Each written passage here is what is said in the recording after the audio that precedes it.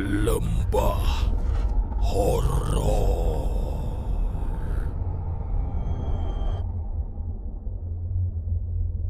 Bayangkan, kamu makan semangkuk bakso yang kuahnya terasa gurih, harum melati, dan bikin nagih. Tapi, gimana kalau ternyata kuah itu bukan kuah biasa? Di balik rasa lezatnya, ada rahasia gelap yang disembunyikan seorang pemilik warung di Pasuruan.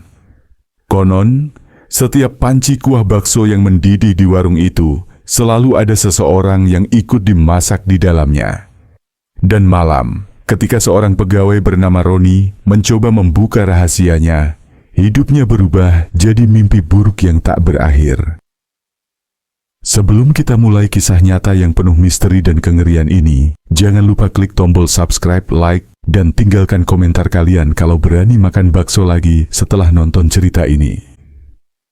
Dan seperti biasa, mari kita awali dengan bersalawat bersama. Allahumma sholli ala Sayyidina Muhammad. Aku masih ingat jelas, pertama kali aku bekerja di warung bakso itu. Namanya Bakso Pak Darmo, terletak di pinggir jalan raya Pasuruan menuju Malang. Dari luar, warung itu tampak biasa saja. Pelang besar warna merah dengan tulisan bakso urat legendaris dan gambar mangkuk bakso beruap. Tapi yang aneh, warung itu tidak pernah sepi. Siang, malam, bahkan menjelang subuh pun selalu saja ada pembeli. Aku, Rian, diterima kerja di sana sekitar awal tahun 2022 sebagai pembantu dapur dan tukang cuci piring. Awalnya aku senang karena gajinya lumayan dan tempatnya ramai. Tapi sejak hari pertama, aku sudah merasa ada sesuatu yang nggak beres. Yang pertama membuatku heran adalah bau kuahnya. Bukan bau kaldu daging biasa, tapi ada aroma lain. Sedikit anyir, menyengat, seperti campuran darah, dan sesuatu yang basi. Aku pikir itu karena panci besar yang terus dipanaskan berjam-jam. Tapi lama-lama, aku sadar, bau itu muncul setiap kali Pak Darmo menutup dapur. Setiap sore, sekitar jam 5, setelah warung mulai sepi, Pak Darmo selalu bilang, "Rian, kamu pulang duluan aja, biar bapak yang beresin kuah." Awalnya aku nurut saja, tapi suatu malam, aku lupa dompet di dapur dan balik lagi tanpa bilang. Saat itu, pintu dapur terbuka sedikit, dan aku mengintip. Aku lihat Pak Darmo berdiri di depan panci besar yang mengepul. Tangannya memegang sesuatu, celana dalam wanita. Warnanya merah muda, masih basah. Aku kaget, hampir teriak, tapi aku tahan napas. Dengan tenang, dia mencelupkan celana itu ke dalam kuah bakso, lalu membaca sesuatu seperti mantra pelan-pelan. "Sajianku, jadilah pengikat rasa dan rezeki dari tubuh dan nafsu wanita." Suara gumamannya bercampur dengan bunyi mendidih dari panci. Kuahnya berubah warna sedikit lebih gelap, dan ada aroma harum yang aneh, mirip campuran bunga melati dan amis daging. Sejak malam itu, aku tak pernah bisa makan bakso dari warung itu lagi. Tapi anehnya, mulai keesokan harinya, warung semakin ramai. Pembeli datang bukan cuma dari Pasuruan, tapi juga dari Surabaya, Probolinggo, bahkan luar Jawa. Mereka semua bilang rasa kuahnya bikin ketagihan. Aku mencoba berpura-pura tidak tahu apa-apa. Tapi setiap kali aku bantu di dapur, aku merasa ada mata yang mengawasi dari dalam panci kuah. Kadang, di tengah uap panas itu, aku seperti melihat bayangan wajah perempuan. Matanya kosong, mulutnya bergerak-gerak seperti sedang berbisik sesuatu. "Jangan makan di sini." Sejak itu aku mulai takut sendirian di dapur. Suatu malam saat aku sedang mencuci piring, Pak Darmo tiba-tiba menepuk bahuku dan berkata pelan, "Kalau kamu betah kerja di sini, jangan banyak tanya. Rezeki nggak datang cuma dari kerja keras, tapi dari tumbal yang pas." Kata-kata itu terus terngiang di kepalaku. Dan sejak hari itu pula, aku mulai menyadari sesuatu yang mengerikan. Setiap malam Jumat, selalu ada aroma lebih tajam dari dapur. Dan keesokan harinya, selalu ada satu pelanggan tetap yang tidak pernah datang lagi. Sejak malam itu, aku tidak pernah bisa tidur nyenyak. Setiap kali memejamkan mata, aku selalu melihat bayangan wajah perempuan di dalam panci kuah itu, menatapku dengan mata kosong dan kulit pucat seperti lilin yang meleleh. Suaranya menggema di kepalaku, berbisik, "Jangan biarkan dia memasak lagi." Tapi bagaimana caraku bicara? Aku cuma pegawai, dan setiap kali aku melihat Pak Darmo, aku tahu ada sesuatu yang lebih kuat darinya. Tatapan matanya tajam, dingin, dan kadang membuat bulu kuduku berdiri. Suatu sore, sekitar jam 7 malam, ada pelanggan baru datang. Seorang perempuan muda, mungkin umur 20-an. Cantik, berambut panjang, memakai jaket denim. Dia duduk sendirian di pojok warung, dekat jendela, dan memesan satu mangkuk bakso urat. Aku yang mengantarnya. "Mas, kuahnya yang paling panas ya," katanya sambil tersenyum. Aku mengangguk, tapi entah kenapa jantungku berdetak lebih cepat. Waktu aku bawa pesanannya, aku lihat Pak Darmo ikut berdiri di belakangku. Tatapan matanya ke perempuan itu aneh, seperti seseorang yang sedang menilai barang mahal yang mau dia beli. Perempuan itu makan perlahan, sambil sesekali memejamkan mata, menikmati rasa kuahnya. Setelah itu, dia bayar dan keluar. Tapi yang membuatku tak bisa lupa, waktu dia berjalan ke arah parkiran, Pak Darmo memungut sendok yang bekas dipakainya dan membungkusnya dengan kain merah. Malamnya, sekitar pukul 11, aku belum pulang. Aku masih cuci piring di dapur saat tiba-tiba aku dengar suara orang mengerang pelan dari arah kamar belakang, tempat Pak Darmo biasa menutup diri. Suaranya seperti perempuan menangis, lirih, tersendat-sendat. Aku beranikan diri mendekat, dan dari celah pintu aku melihat hal yang membuat tubuhku hampir membeku. Di dalam kamar itu, Pak Darmo duduk bersila di depan mangkuk kuah yang sama. Di atasnya terapung celana dalam wanita yang aku lihat sebelumnya. Tapi kali ini berbeda. Di sebelahnya ada foto perempuan yang makan sore tadi, disematkan jarum kecil di bagian matanya. Pak Darmo merapal mantra dengan suara berat. Rasa yang membawa rezeki, darah yang jadi pengikat. Datanglah padaku, wahai roh penggoda. Kuah di mangkuk itu mulai mendidih sendiri tanpa api. Dari dalamnya muncul asap putih tebal, lalu samar-samar aku melihat bayangan perempuan itu. Wajahnya seperti sedang berteriak, tapi suaranya tertahan, seolah tenggelam. Aku mundur perlahan, tapi tanpa sengaja, aku menyenggol ember di belakangku. Brak! Suara itu membuat Pak Darmo menoleh tajam. Matanya merah, bukan seperti manusia. "Rian, kamu ngapain di situ?" Aku langsung lari keluar tanpa menjawab. Dari dapur sampai depan warung, langkahku gemetar, napasku sesak. Aku bahkan lupa mengambil tas.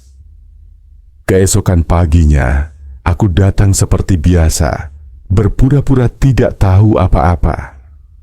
Tapi ketika warung buka, ada berita mengejutkan.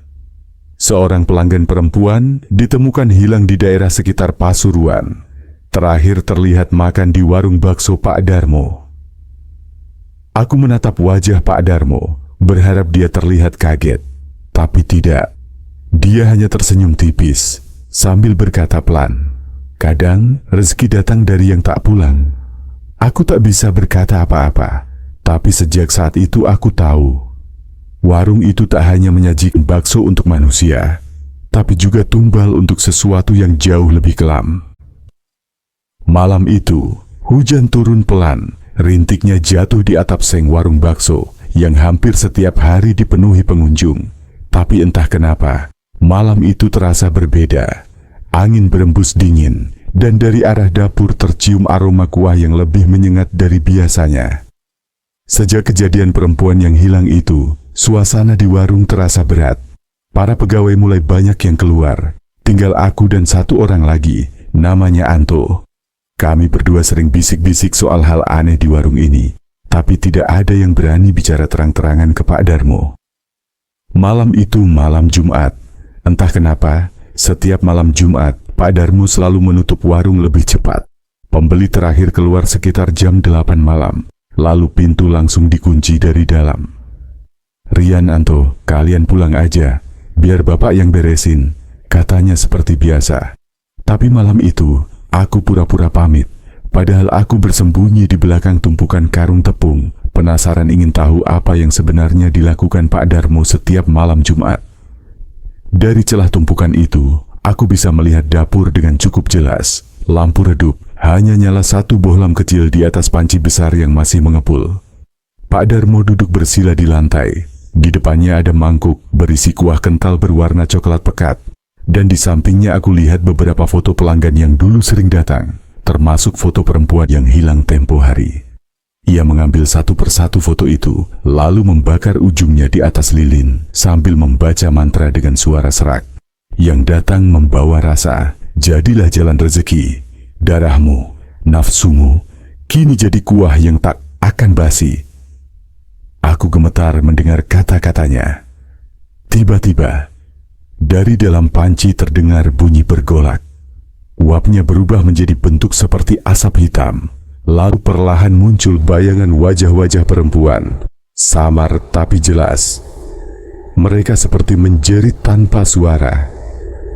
Aku menutup mulutku agar tak bersuara. Tapi saat itu, panci besar itu bergerak sendiri. Seolah ada sesuatu dari dalam yang berusaha keluar. Tutupnya bergetar dan terdengar suara pelan. Bukan suara air, tapi seperti bisikan lirih. "Rian, tolong aku." Aku langsung terpaku. Itu suara yang aku kenal. Suara perempuan pelanggan yang hilang.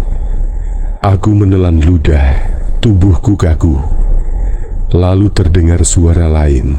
Kali ini lebih banyak, saling bertumpuk. "Kami masih di sini. Dia rebus kami. Jangan makan lagi." Tiba-tiba Pak Darmo berdiri cepat, menatap ke arah panci, lalu tertawa kecil. "Diam kalian, kalian sudah milikku. Daging kalian sudah jadi aroma rezeki." Seketika uap dari panci itu berhenti, dan suara-suara lenyap. Aku menahan napas sambil memegangi dada. Tapi sialnya, tanpa sengaja, aku menyenggol sendok di dekat karung. Suaranya berdering nyaring di lantai. Pak Darmo menoleh. Tatapannya langsung mengarah ke tempatku bersembunyi. Matanya lagi-lagi merah menyala, seperti bara api kecil. "Rian," katanya pelan, tapi nadanya tajam seperti pisau. "Kamu ngintip ya?" Aku tak sempat berpikir. Aku langsung bangkit dan lari ke pintu depan, tapi terkunci. Kutendang, kutarik, tapi tetap tak bisa dibuka. Dari belakang, langkah Pak Darmo makin dekat. Aku dengar suaranya semakin berat, seperti bukan manusia lagi. "Kamu sudah lihat terlalu banyak, Rian. Kalau kamu mau tetap hidup, kamu harus pilih. Ikut aku, atau jadi bagian dari kuah ini." Aku tak tahu bagaimana aku bisa keluar malam itu. Aku hanya ingat berlari ke arah belakang warung, menabrak jendela kaca hingga pecah, dan berlari sejauh mungkin ke jalan raya. Saat aku menoleh, dari kejauhan aku melihat warung itu masih menyala. Tapi yang membuat darahku membeku adalah dari atap warung itu keluar asap hitam berbentuk wajah-wajah perempuan yang melayang ke langit malam. Sejak malam itu aku tak pernah kembali ke sana. Tapi kabarnya, keesokan harinya warung itu buka seperti biasa. Ramai seperti tak terjadi apa-apa. Dan para pelanggan tetap bilang, entah kenapa, kuahnya makin enak sekarang. Setelah malam itu aku melarikan diri. Hidupku tidak lagi tenang. Aku pindah ke rumah kakak di Pandaan, berusaha melupakan semuanya. Tapi setiap kali aku makan bakso di tempat lain, aroma kuahnya selalu mengingatkanku pada warung itu. Aroma daging bercampur wangi melati busuk. Kadang di tengah malam, aku terbangun karena seperti mencium bau yang sama dari arah dapur rumah. Aku pikir itu cuma trauma, tapi aku salah. 3 minggu setelah aku kabur, tiba-tiba Anto, rekan kerjaku di warung itu, datang menemuiku. Wajahnya pucat, matanya cekung, dan suaranya bergetar waktu bicara. "Rian, lu harus bantu gue. Pak Darmo mulai aneh. Dia udah mulai nyari tumbal lagi." Aku terdiam. "Tumbal?" Anto mengangguk pelan, lalu bercerita kalau setelah aku pergi, warung makin ramai, bahkan ada liputan kecil dari media lokal tentang bakso ternak di Pasuruan. Tapi di balik itu, setiap malam Jumat, selalu ada pegawai baru yang tiba-tiba menghilang. Kemarin, anak magang baru, Sinta namanya. Malam Jumat, dia bantu bersih-bersih. Besoknya nggak ada. Barangnya masih di dapur, tapi orangnya hilang. Aku merasa tenggorokanku kering. "Lo lihat sesuatu?" tanyaku. Anto menunduk. "Gue lihat, Rian. Gue lihat Pak Darmo motong sesuatu di belakang dapur, tapi bukan daging sapi. Warnanya terlalu pucat dan ada rambut panjang nempel di talenan." Tubuhku langsung merinding. Malam itu juga aku dan Anto sepakat untuk menyelidiki warung itu diam-diam. Kami datang menjelang tengah malam. Warung sudah tutup, tapi dari celah atap dapur masih terlihat cahaya redup. Kami mengendap-endap ke belakang, membuka jendela perlahan. Begitu masuk, bau amis langsung menyeruak. Di tengah dapur, panci besar itu masih mengepul tanpa api di bawahnya. Kuahnya berwarna kehitaman, mengeluarkan uap yang pekat. Dan di lantai, ada tumpukan daging mentah yang dibungkus kain putih. Anto, dengan tangan gemetar, membuka salah satu kain itu. Dan yang terlihat, membuat kami berdua nyaris muntah. Potongan tangan manusia. Jari-jarinya masih utuh, kukunya dicat merah muda. Tiba-tiba terdengar suara langkah dari arah kamar belakang. Kami bersembunyi di balik meja. Dari situ, kami lihat Pak Darmo keluar, mengenakan sarung dan baju putih. Wajahnya tampak tenang, tapi matanya seperti orang kerasukan. Di tangannya, ia membawa mangkuk kosong. Ia berlutut di depan panci, lalu dengan lembut menaruh sesuatu ke dalam kuah mendidih itu. Sebuah kepala manusia perempuan. Suara letupan kecil terdengar ketika kepala itu menyentuh kuah. Uap naik tinggi, memenuhi ruangan. Dari balik uap itu, aku mendengar suara pelan, seperti nyanyian lirih, campuran doa dan jeritan. Darah untuk rasa, tubuh untuk kuah, roh untuk rezeki. Anto hampir menjerit, tapi aku menutup mulutnya. Kami berdua gemetar sampai panci itu berhenti bergolak. Setelah itu, Pak Darmo berdiri, menatap ke arah panci sambil tersenyum puas. Besok baksonya pasti makin laris. Kami tak menunggu lebih lama. Begitu ia masuk ke kamar, kami lari keluar lewat jendela belakang dan tak pernah menoleh lagi. Tapi sejak malam itu, hidup Anto berubah. Ia mulai ketakutan, sering bicara sendiri. Kadang ia mengeluh mendengar suara mendidih panci di telinganya. 2 minggu kemudian aku dapat kabar. Anto ditemukan tewas di kamar kosnya. Tubuhnya kering seperti disedot dari dalam, dan di lantai kamar ada bekas genangan air berwarna coklat tua, seperti kuah bakso.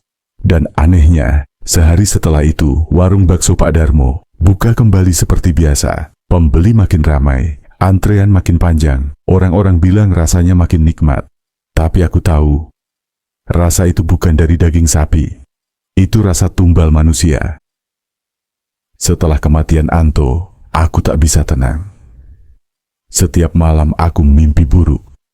Melihat dia duduk di pojok kamar kosnya dengan mata kosong dan mulut meneteskan kuah hitam. Kadang di dalam mimpiku, dia memanggil pelan. "Rian, tolong aku. Jangan biarkan dia masak lagi." Aku sadar, satu-satunya cara mengakhiri mimpi itu adalah dengan kembali ke warung itu. Entah kenapa, Aku merasa seperti ditarik. Ada sesuatu yang menuntutku untuk menemukan apa yang disembunyikan Pak Darmo. Malam itu, aku memberanikan diri datang lagi ke warung. Sudah lewat tengah malam, lampu depan mati, tapi dari dalam dapur masih ada cahaya samar, seperti api lilin. Aku tahu Pak Darmo pasti sedang melakukan ritualnya. Aku tak masuk lewat depan. Aku memutar ke belakang, melewati kebun pisang dan masuk lewat ventilasi kecil yang dulu pernah jadi jalan kaburku. Begitu masuk, bau amis langsung menyerang hidungku. Tapi kali ini baunya jauh lebih kuat, seperti daging busuk yang direbus bersama kemenyan. Aku menutup hidung dengan kain, lalu menyusuri lantai dapur yang licin. Di bawah meja besar tempat biasa memotong daging, aku melihat jejak darah yang mengarah ke satu titik di pojok dapur. Aku mendekat perlahan. Di situ, ada papan kayu besar yang menutupi lantai, seperti penutup sumur tua. Papan itu dipaku dari luar. Aku congkel perlahan dengan pisau dapur, dan suara krik kecil terdengar saat papan mulai terangkat. Dari bawahnya keluar hembusan udara dingin, disertai bau yang membuat perutku hampir mual. Aku menyorot senter kecil ke dalam. Ternyata itu lubang besar seperti ruang bawah tanah. Dan di bawah sana, aku melihat tumpukan tulang belulang. Beberapa masih menempel rambut panjang. Sebagian lain sudah menjadi tengkorak. Ada puluhan, mungkin ratusan. Aku hampir pingsan. Tapi sebelum sempat naik, aku mendengar langkah kaki dari arah belakang. Suara sandal menyeret di lantai. Lalu suara berat itu memanggil, "Rian." Aku menahan napas, senterku tutup dengan tangan. Dari celah meja, aku melihat Pak Darmo berdiri di tengah dapur. Wajahnya setengah tertutup bayangan, tapi matanya berkilat merah seperti bara api. "Kamu datang lagi ya? Sudah waktunya kamu tahu semuanya." Dia berjalan mendekat, lalu duduk bersila di depan panci kuah yang masih mengepul. "Kamu pikir ini cuma pesugihan? Bukan. Ini perjanjian darah. Dulu, aku cuma pedagang bakso biasa, dagangan sepi. Anak istriku kelaparan. Sampai suatu malam, ada lelaki tua datang, ngajari aku cara bikin kuah yang nggak bakal basi, rasa yang bikin orang nagih. Tapi syaratnya cuma satu, setiap bulan harus ada tumbal. Dan tumbalnya harus manusia yang pernah makan di sini." Aku ingin lari, tapi tubuhku terasa kaku.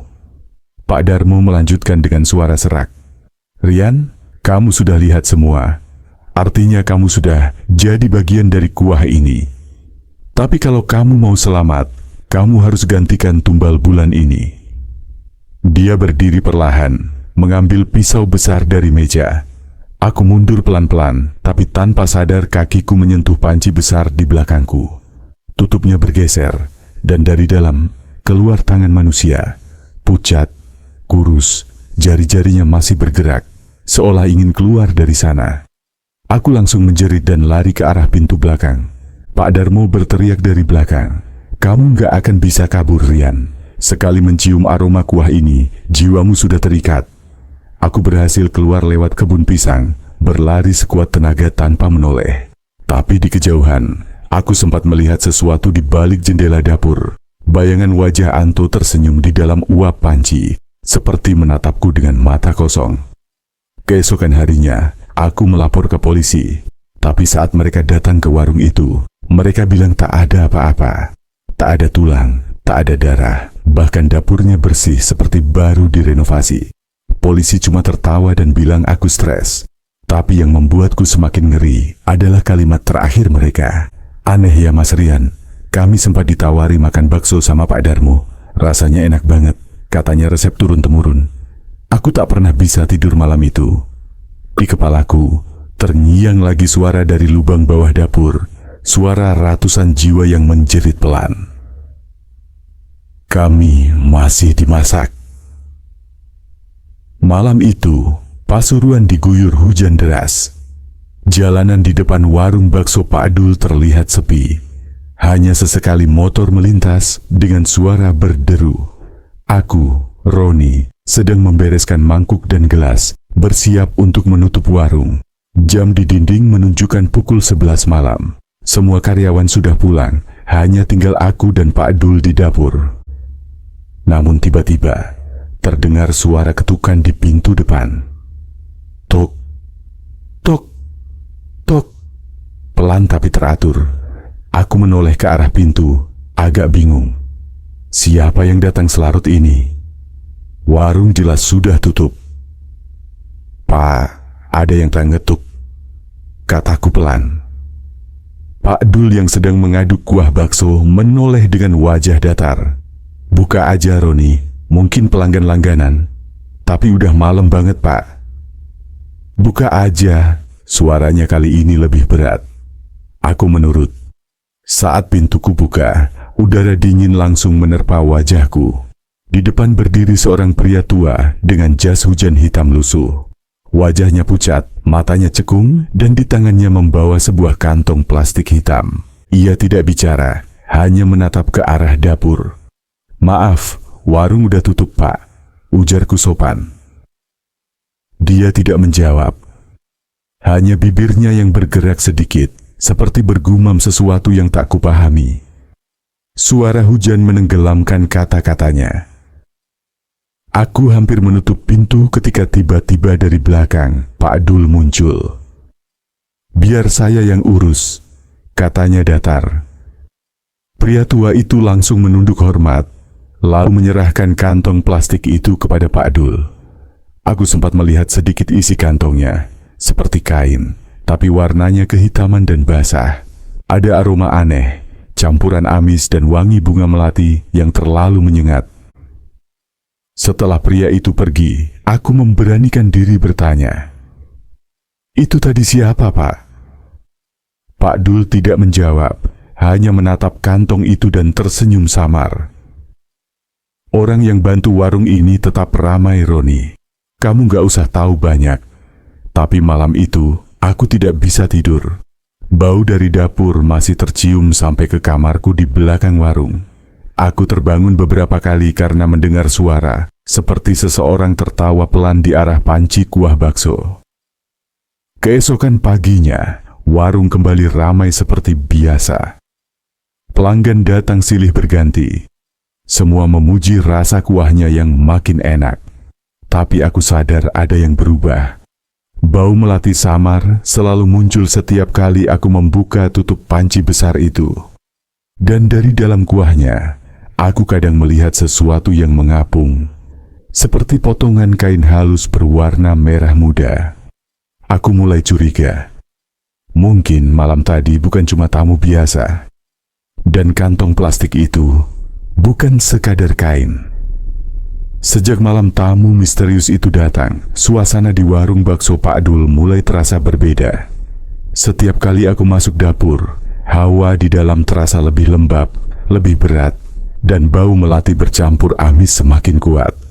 Aku, Roni, mencoba untuk tetap bekerja seperti biasa, tapi perasaan tidak tenang terus mengganggu. Kadang, saat aku sendirian, aku seperti mendengar suara lirih dari arah panci kuah bakso, suara seperti bisikan perempuan yang samar dan menusuk telinga. Aku kira cuma halusinasi karena kurang tidur, tapi malam itu semua berubah. Hari itu warung tutup lebih cepat dari biasanya. Sekitar jam 9 malam, semua pembeli sudah pulang. Aku sedang mencuci piring di dapur belakang, ketika melihat Pak Dul membawa panci kuah besar keluar ke ruangan kecil di belakang dapur yang jarang sekali dipakai. Aku penasaran, biasanya panci itu disimpan di dapur utama, tapi kali ini dibawa keluar. Aku diam-diam mengintip lewat celah pintu. Di dalam ruangan itu, aku melihat Pak Dul duduk bersila di lantai. Di depannya ada panci kuah yang masih mengepul, dan di sebelahnya diletakkan sesuatu yang membuat darahku dingin sepotong celana dalam wanita. Masih basah. Diletakkan di atas nampan kuningan bersama kembang 7 rupa dan dupa yang menyala. Pak Dul mulai membaca sesuatu. Semacam mantra dengan suara berat dan parau. Aku tak mengerti artinya. Tapi iramanya seperti nyanyian tua yang menakutkan. Suara itu bercampur dengan bunyi mendesis dari dalam panci. Aku menahan napas. Tiba-tiba, aku melihat kuah di dalam panci itu bergerak sendiri, berputar pelan seperti ada sesuatu yang hidup di dalamnya. Dari pusaran itu, muncul gelembung-gelembung besar, lalu seperti ada bayangan wajah perempuan yang muncul di permukaan air. Wajah itu pucat, matanya kosong, dan bibirnya seolah memanggil nama seseorang. Dul. Aku hampir berteriak, tapi menahan diri. Tubuhku gemetar hebat. Saat itu, Pak Dul menyentakkan kepala ke atas, seolah sadar ada yang mengintip. Aku cepat-cepat mundur dan bersembunyi di balik tumpukan karung tepung. Roni, suara Pak Dul tiba-tiba terdengar pelan dari dalam ruangan. Kamu ngintip ya? Aku tak berani menjawab. Napasku tersengal, jantung berdetak cepat. Beberapa detik kemudian, pintu ruangan itu dibuka. Tapi anehnya, tak ada siapa-siapa. Hanya panci kuah yang kini diam dan aroma melati yang makin pekat. Sejak malam itu, aku mulai memperhatikan sesuatu.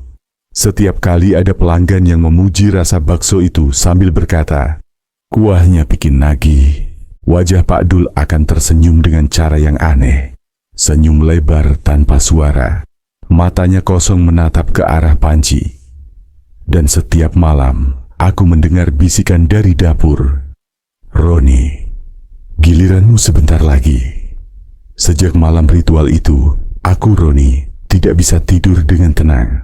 Setiap kali mataku hampir terpejam, aku selalu mendengar suara yang sama. Suara perempuan berbisik lembut tapi dingin, seperti keluar dari dasar air. Roni, aku lapar. Awalnya aku pikir hanya halusinasi, tapi keesokan paginya, saat aku hendak membuka dapur, aku melihat sesuatu yang membuat darahku serasa berhenti mengalir. Di lantai, tepat di depan panci kuah, ada jejak air berbentuk telapak kaki, tapi bukan kaki manusia biasa. Jari-jarinya panjang, kurus, dan meninggalkan noda seperti lendir. Aku langsung menatap ke arah panci besar itu. Tutupnya sedikit terbuka, mengeluarkan uap tipis bercampur aroma melati yang kini terasa lebih menyengat. Aku mendekat perlahan. Saat kupingku hampir menyentuh bibir panci, suara itu terdengar jelas. Roni, tolong aku. Jangan biarkan dia masukkan aku lagi ke sini. Aku langsung mundur panik. Itu suara perempuan, suara yang jelas, serak, tapi penuh ketakutan. Kuambil keberanian dan menatap ke dalam panci. Kuahnya tampak hitam pekat, tak seperti biasanya. Dan di antara gelembung kuah itu, aku melihat sesuatu mengapung, sehelai rambut panjang, hitam, melingkar seperti ular hidup. Aku hampir muntah. Belum sempat aku beranjak, tiba-tiba pintu dapur terbuka keras. Pak Dul berdiri di sana, matanya tajam, napasnya berat. "Kamu udah ngapain, Roni?" tanyanya dingin. Aku gagap menjawab, "Tadi saya cuma mau lihat kuahnya, Pak. Kok agak hitam?" Dia menatapku lama sekali, lalu tersenyum tipis. "Jangan pernah buka panci itu sebelum aku datang, Roni. Itu pantangan." Aku hanya mengangguk, tapi malamnya rasa penasaran membunuh ketakutanku. Aku mencari tahu lebih jauh. Kutanya beberapa warga sekitar tentang Pak Dul, tapi mereka hanya menggeleng. Ada satu orang tua penjaga toko sebelah yang akhirnya mau bicara. Pak Dul itu dulu jualan di Blitar, katanya lirih, tapi warungnya kebakar. Waktu itu katanya ada perempuan muda mati di dalam, pacarnya sendiri. Setelah itu dia pindah ke Pasuruan. Tubuhku langsung lemas. Aku merasa seperti paku menancap di dadaku. Perempuan itu meninggal di dapur, di dekat panci kuah bakso. Lanjutnya pelan. Sejak itu, kemanapun dia buka warung selalu ramai. Tapi ada yang aneh. Tiap beberapa bulan, ada pegawai yang tiba-tiba berhenti atau hilang. Aku langsung teringat wajah-wajah pegawai lama yang tak pernah kutemui lagi, yang katanya pulang kampung tanpa pamit. Malamnya, aku menatap panci besar itu lagi. Suara lirih terdengar, kali ini jelas dan sedih. "Roni, keluarkan aku. Dia akan gantikan aku denganmu." Tiba-tiba lampu dapur mati, gelap total. Dan di tengah kegelapan itu, aku melihat sesuatu muncul dari arah panci. Bayangan perempuan dengan rambut bas menetes, menatapku dengan mata kosong dan bibir bergetar. "Tolong aku, sebelum kamu yang jadi penggantiku." Setelah malam itu, aku, Roni, tahu satu hal pasti. Warung ini bukan tempat biasa. Ada sesuatu yang mengikat kami semua di sini, terutama aku. Sejak melihat bayangan perempuan itu keluar dari panci, aku tidak pernah merasa aman lagi. Keesokan harinya, aku memutuskan untuk berhenti. Aku sudah tak sanggup bekerja di tempat yang setiap malam dipenuhi bisikan dan aroma melati busuk itu. Saat Pak Dul datang pagi-pagi seperti biasa, aku memberanikan diri bicara. "Pak, saya mau pamit. Saya nggak bisa kerja di sini lagi." Pak Dul menatapku tajam, lalu tersenyum kecil, senyum yang aneh, senyum yang membuat bulu kuduku merinding. "Kamu nggak bisa keluar, Roni." Aku tertegun. "Maksudnya, Pak?" Dia mendekat, suaranya menurun jadi sangat pelan tapi tegas. "Kamu sudah bagian dari warung ini. Orang yang sudah melihat isi panci gak akan bisa pergi begitu aja." Aku menelan ludah, langkahku mundur pelan. "Saya cuma mau kerja biasa, Pak. Saya gak mau ikut hal-hal aneh." Dia hanya menatap, lalu berbalik ke dapur tanpa menjawab. Hari itu aku tetap nekat. Sore menjelang, aku mengemasi barang-barangku. Saat kuayunkan langkah keluar warung, entah kenapa dadaku terasa sesak. Tapi aku tetap memaksa berjalan. Namun begitu aku sampai di ujung gang, kepalaku mendadak pusing luar biasa. Mataku berkunang. Saat ku buka mata, aku berdiri di depan warung lagi, tepat di depan pintu. Aku mencoba lagi, berkali-kali, berjalan ke arah yang berbeda, melewati jalan utama, bahkan naik ojek. Tapi setiap kali aku melewati batas tertentu, pandanganku gelap, dan aku selalu kembali ke tempat yang sama. Di depan warung bakso Pak Dul. Hari mulai malam. Dari dalam warung, kulihat Pak Dul berdiri di dapur sambil mengaduk panci kuah dengan tenang. Ia menatap ke arahku, senyum di wajahnya semakin lebar. "Udah kubilang, Roni," katanya pelan, suaranya menggema di telingaku entah bagaimana caranya. "Yang tahu rahasia ini harus tinggal di sini. Kuahnya butuh penunggu." Aku panik, berlari ke arah jalan besar, tapi langkahku seperti menabrak dinding tak terlihat. Udara di sekitarku berat, dingin, dan aku mulai mendengar suara perempuan dari arah warung. "Jangan lawan, Roni. Kalau kamu pergi, dia bakal cari pengganti lain." Aku menatap ke arah dapur. Di jendela, samar kulihat sosok perempuan berambut basah menatapku dari balik uap kuah. Wajahnya pucat, matanya kosong, dan dari matanya menetes air. Bukan air mata, tapi kuah keruh berwarna kecoklatan. Sejak malam itu, aku menyerah. Aku tetap di warung, pura-pura bekerja seperti biasa.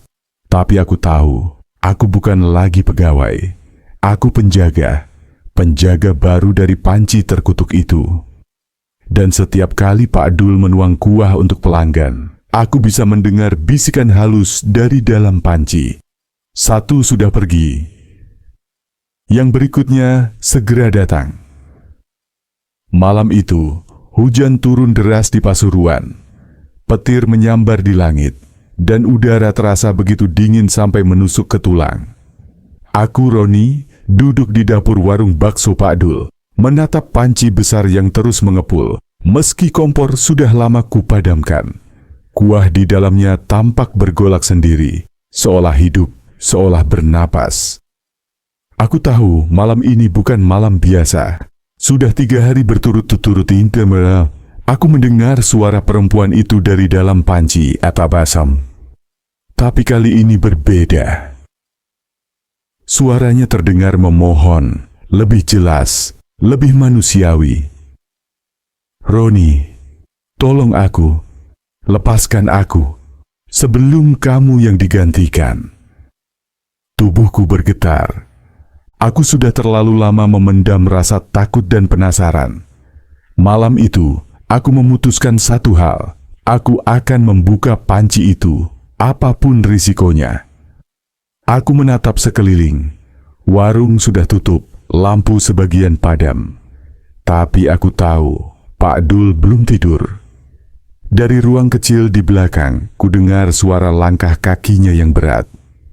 Aku menunggu sampai suara itu menghilang, lalu perlahan membuka tutup panci. Begitu tutupnya terangkat, hawa panas menyembur keluar bersama aroma melati dan darah busuk yang bercampur. Kuahnya kini hitam pekat, mengeluarkan uap seperti kabut. Dan dari dalam, perlahan muncul wajah perempuan muda, pucat, matanya kosong, rambutnya terurai panjang dan basah. Aku langsung mundur, tapi wajah itu menatapku. Bibirnya bergerak pelan berbisik, "Namaku Sari. Aku pacarnya dulu. Dia bakar aku di dapur ini, lalu ikat jiwaku di panci itu supaya warungnya ramai. Aku lapar, Roni, tapi bukan lapar manusia." Aku tercekat, air mataku mengalir tanpa sadar. "Kalau aku bantu kamu mau lepas dari sini?" tanyaku pelan. Dia menatapku dengan sorot sedih. "Buka tali di bawah panci sebelum dia datang." Aku menunduk, mencoba mencari yang dimaksud. Di bawah tungku, ternyata ada seutas tali merah tua yang diikat melingkar, membentuk simpul aneh, penuh noda darah kering. Aku meraih pisau dapur, siap memotongnya. Namun tepat saat pisau menyentuh tali, suara langkah berat terdengar dari belakang. "Jangan, Roni!"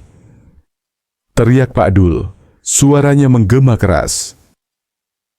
Aku menoleh, dan kulihat wajahnya bukan lagi seperti manusia biasa. Matanya merah menyala, kulitnya pucat keabu-abuan, dan di tangannya menggenggam sendok besar yang meneteskan kuah hitam. "Kamu mau hancurin rezeki kita, hah?" Suaranya parau dan dalam. "Kamu pikir bisa keluar dari sini tanpa menggantikan dia?" Aku tak peduli lagi. Dengan sekuat tenaga, ku tarik pisau dan memotong tali merah itu.